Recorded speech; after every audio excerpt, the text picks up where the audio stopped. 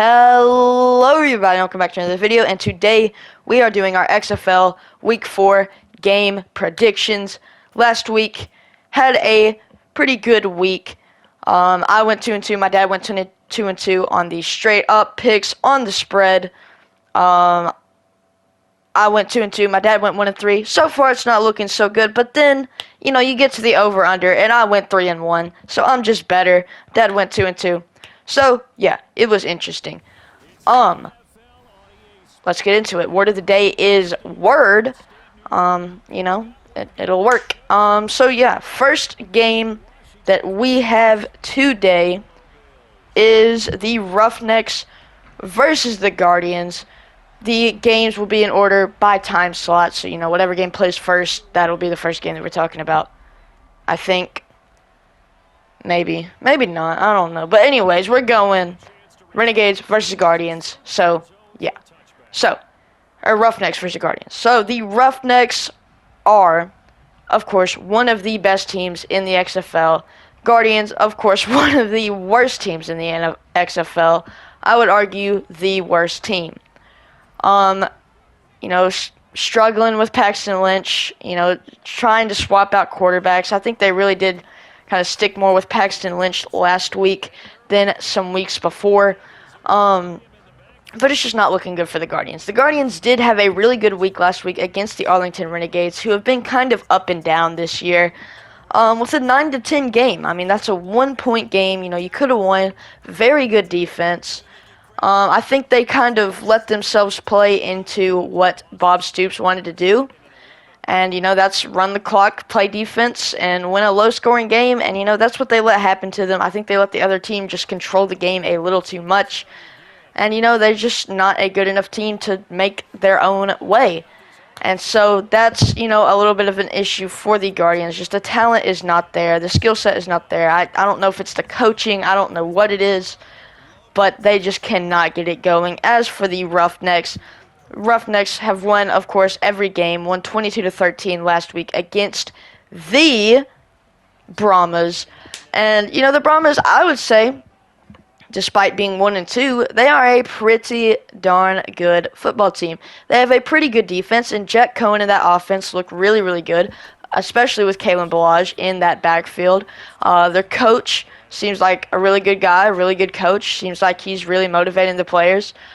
He's always, verbalizing on the sideline with the mic'd up stuff.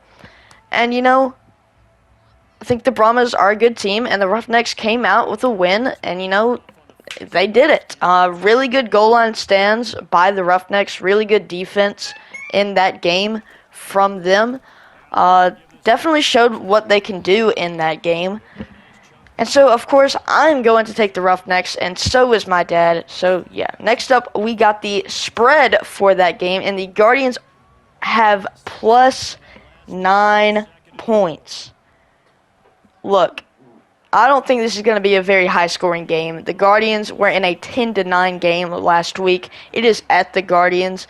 It's going to be a little bit harder for the Roughnecks to score, and we all know the Guardians aren't putting up too many points on the board. So I am, of course, taking the Guardians with 9 points. So, yeah. However, my dad is going to be taking the Roughnecks, so that's interesting. Next up, of course, we got the over-under for this game. Like I said, I think it's going to be a low-scoring game. The Guardians are a low-scoring team, not a very high-powered offense. And, it is at the Guardians, so it's, of course, going to be a little bit harder for the Roughnecks to score. And so, a low-scoring team at home, and then, you got the away team. It's going to be a little bit harder to score. I'm taking the under for 37.5. However, my dad is going to take the over. However, we have seen that I am much better at taking the over, or I'm much better at taking the over-under than my dad. I'm a lot better because I'm just like that.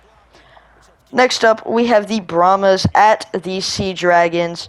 And I can't find my thing here. Okay, Brahmas at Sea Dragons. And let's get into it. Both these teams, 1-2. Sea Dragons. Amazing win. Great win against an 0-3 Vipers team up to this point. Beat Brett Hundley in his second game back. His first real game that he got to actually pass the ball and, play the whole game. And, they gave up 26 points to a team that, is kind of, they're still getting used to the new quarterback and everything. And, they've had some injuries. And, they gave up 26 points. And the other two losses that they had have not looked great. Losing the game in the final couple of minutes, whether it's a goal line fumble or it's the defense giving up a last-minute field goal or whatever that is. This team doesn't do real well in late-game situations. And with both of these teams being so, in my opinion, even in just rosters, I got to take the Brahmas here. I think it's going to be a really close game. I think it's going to be really tight, really competitive. But they haven't really they got their first win, and I know winning is contagious, and, teams are going to build off that, and, they look at what they've done right, and they're like, I want to do that again. They're feeling good. They got their $1,000 bonus, but I just don't see them doing that. They're playing the second worst team in the league, in my opinion, the 0-3 Vegas Vipers, with, a relatively new quarterback in Brett Hundley. And, the Brahmas just came off of, I thought was a pretty well-played game against the best team in the league, the Houston Roughnecks. And so I think, the Brahmas are going to learn from what happened. I think they were competitive in that game. I don't think they're getting down on themselves about losing that game, and I think they're excited. I think their coach is really good.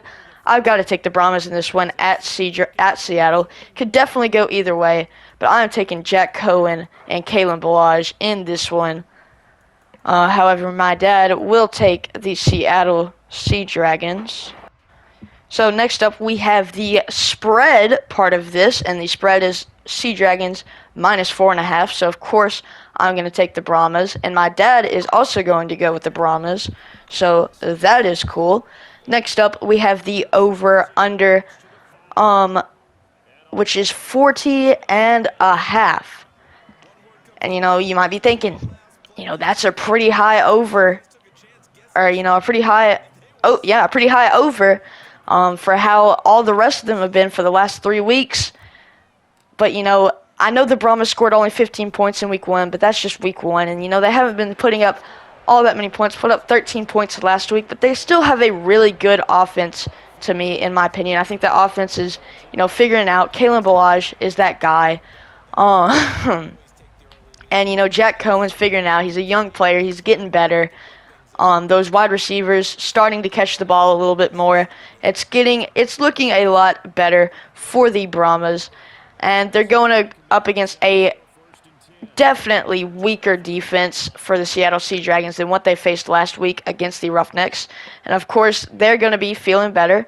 Or they're going to be feeling good because, they played a really hard team last week. And, now they're getting into it with a team that's not as good. I don't really know how to word that necessarily, but you guys know what I mean. And as for the Sea Dragons, they're an offensive-dominated team. They gave up 26 points to the Vegas Vipers. They gave up, 22 points or something, 20-something points to the St. Louis Battlehawks. I don't know what their Week 1 score was, if I'm being honest. But, their defense is not the greatest, and their offense is certainly high-scoring, especially that last game against the Vegas Vipers. So I'm taking the over in this one. However, my dad will take the under. So, yeah, that's interesting. Next up, we got the Renegades versus the St. Louis Battlehawks, and this is my favorite team. And so last week, I said that I would never pick against the Battlehawks. And, I've decided to stop doing that. So I'm going to start picking against the St. Louis Battlehawks when I don't think they're going to win. Because if you look at it here, I was going to take the Defenders last week, but I decided not to so I could cheer for my team. But when you look at it, there's only 4 games, okay? So if I'm losing one every week, that's not good. That's 25%. It's okay when you do it in the NFL. There's 16 games every week. If you pick one game differently, it's not really going to matter. But in this, you can't really do that. So I will be able to pick against the Battlehawks in this. However, I won't be because the Renegades, they really did. Let's take a deep dive into this, okay? The Renegades had, you know, a weird game against the Orlando Guardians. Very defensive, very, fast-paced game. They were running the ball, had a new quarterback in it as Kyle Slaughter, and that's interesting. Didn't put up a lot of points. They did run the ball and chew clock, and obviously the game ended 10-9. Very defensive game. I think the Renegades, played their football, and that's how they want to play games. They want the score to be 10-9. They want close games with low scores, and they want the game to be over quick, and they want to run the ball. They want to chew the clock. I mean, they want to do all of this, and they definitely played their style of football last week. However, you're going up against the worst team in the league.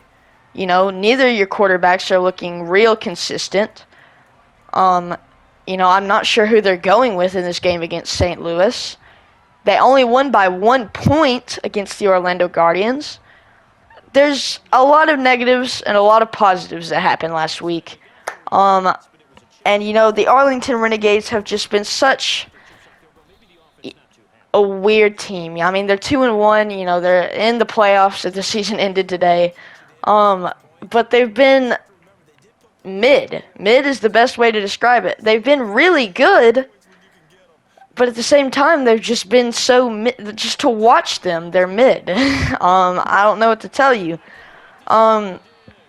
It's just, I don't know. And they're going up against the St. Louis Battlehawks, who discovered that they can lose a football game late in the game. They didn't get the comeback that time. They got the fumble down at the 1-yard line. A lot of fights broke out. I lost a lot of respect. I want to say I lost a lot of respect for the DC defenders. But, it was our guys, too. It's late in the game. There's 30 seconds left, and 2 fights are breaking out. I mean, I don't know. It was really just kind of a weird experience. I think that offsides penalty on that defensive lineman on the kneel down was just to end the game so that another play did not have to be ran. Even though I don't think another one would have had to be ran. But, just a lot of things were happening there at the end. It's just not a good look for the XFL. However, they did learn that they can lose. They're going to learn from it. They're going to learn from their mistakes. They're going to take out their anger on this Renegades team.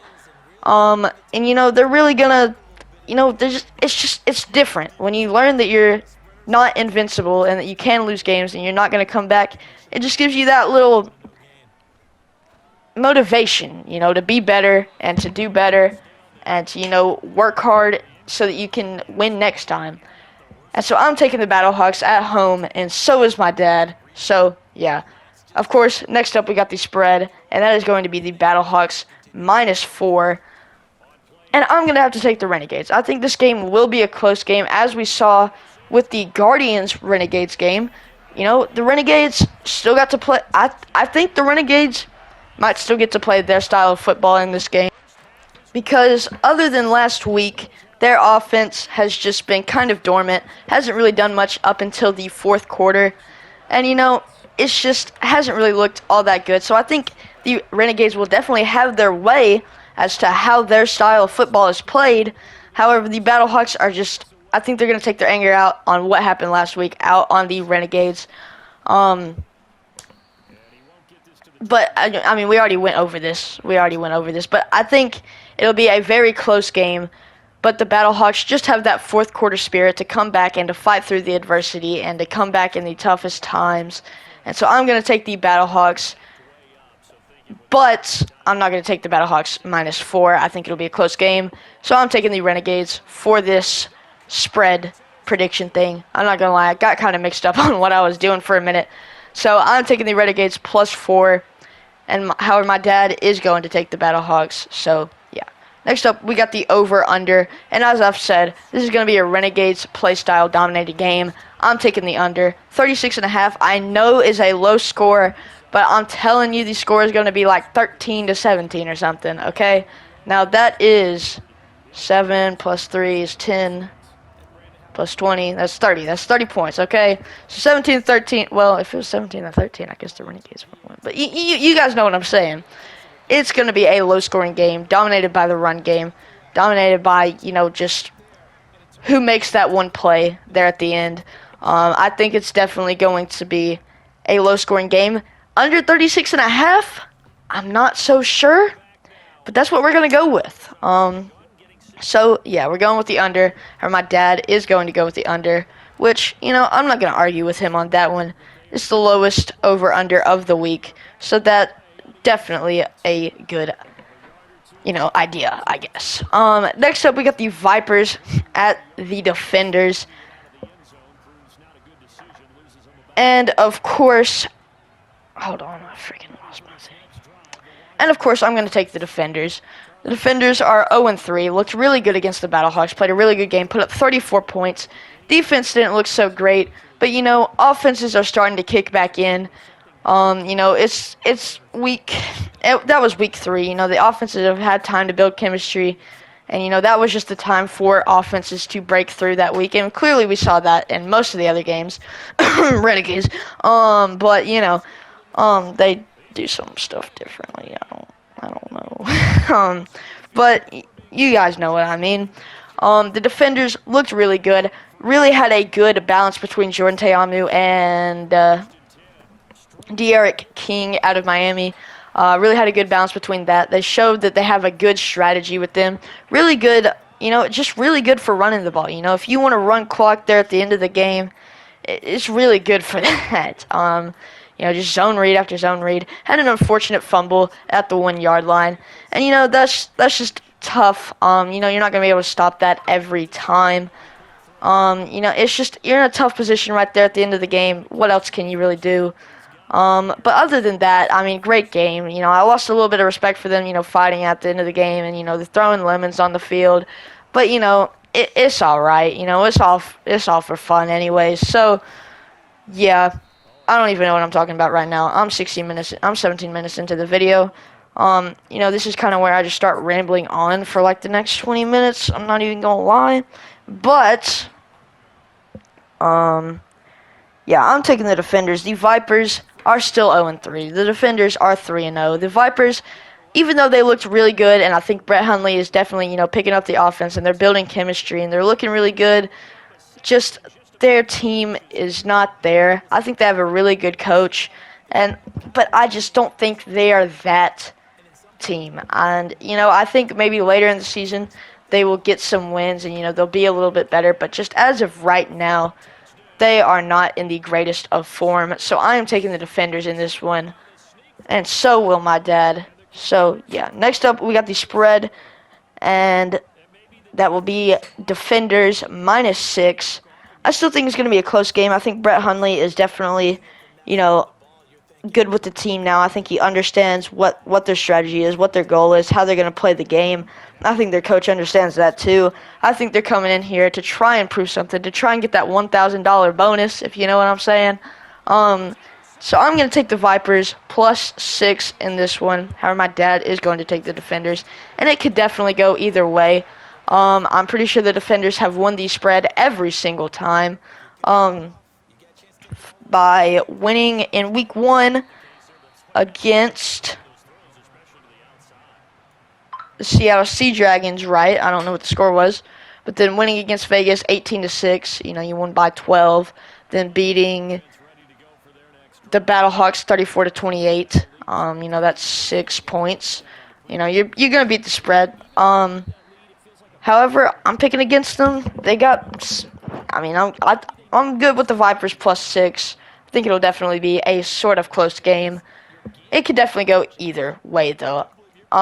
Next up, we got the over-under, of course, and that is 41.5, the highest over-under of the day.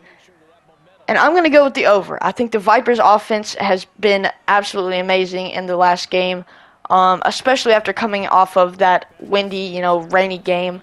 I think Brett Hundley is definitely excited, to have his second game, ready. He's had his first game under his belt, and he's ready. He's got his experience. He's got his guys with him. You know, they're excited to come out here and get their first win. They're going to put up some points on the board. And, of course, the defenders are going to do their thing after scoring 34 points last week. So, yeah, I'm going to take the over. However, my dad is going to take the under. And somehow I have stretched a 4-game video into 20 minutes. I don't know how. I'm sorry for the inconvenience. But anyways, guys, I hope you guys have a wonderful day. And I will see you guys next time.